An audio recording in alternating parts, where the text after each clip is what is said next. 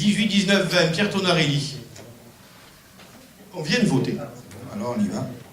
Donc la 18, c'est une subvention pour l'association pour la pêche et protection en milieu aquatique de l'Infernet, représentée par son président, M. Luc Grossi, qui participe à la vie de la commune, qui fait du bon boulot, pour une somme de 920 €, la même que l'année dernière.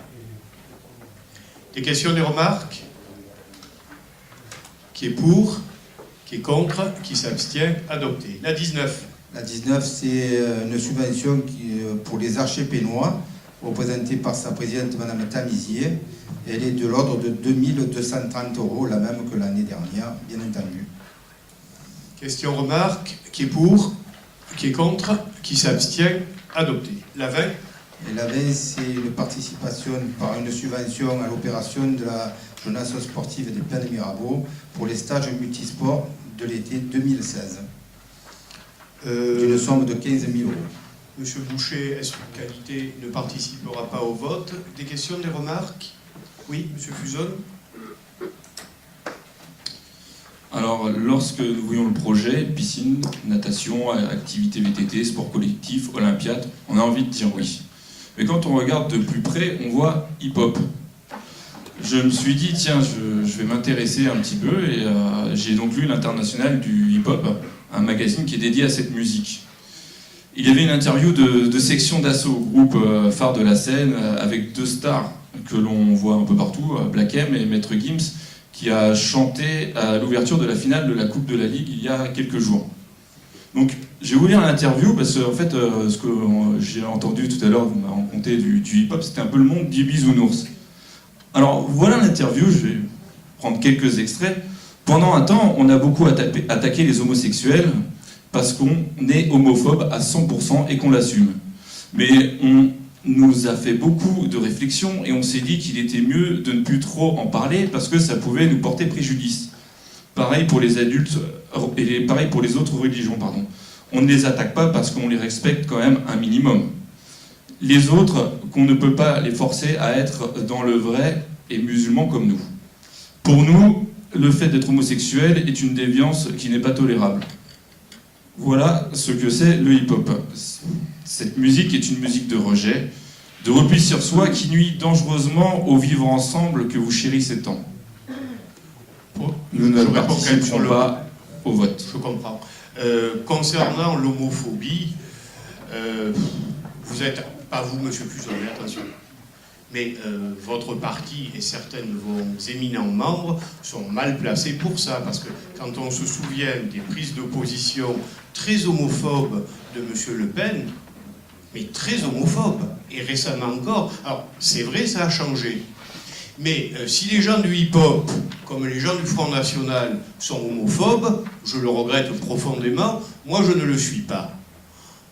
Le mariage pour tous, on peut en penser ce qu'on en veut, maintenant c'est une loi. Enfin, je veux dire par là, au-delà du refus du mariage pour tous, il y avait derrière cela une bonne dose d'homophobie de la part de certains opposants, dont le Front National, et je rappelle, non, mais c'est un fait. La diffamation.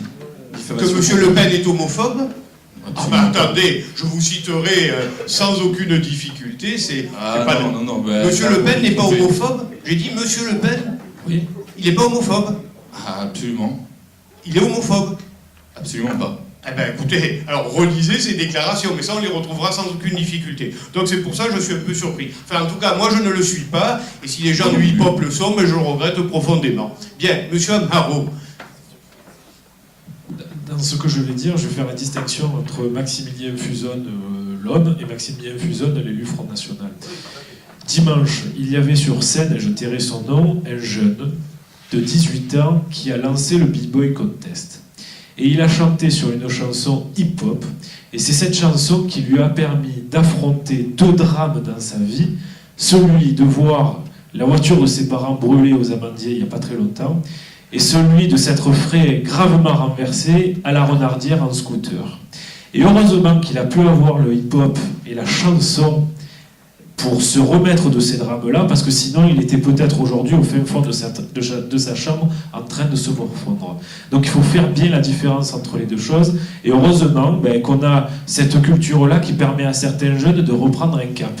Au cinéma, il y a des bonnes et des mauvaises choses. À la télé, il y a des bonnes et des mauvaises choses. À la radio, il y a des bonnes et des mauvaises choses. Sur les réseaux sociaux, il y a des bonnes et des mauvaises choses. Et dans le hip-hop, il y a des bonnes et des mauvaises. Et quand je vois ce jeune, ce que j'ai vu dimanche, heureusement que le hip-hop existe pour certains. Vous avez raison de dissocier, de ne pas faire l'amalgame, parce que je n'ai pas dit que le Front National était un parti homophobe. J'ai simplement dit que au Front National, il y a des gens qui sont homophobes, et je me suis bien gardé de dire que c'était votre cas.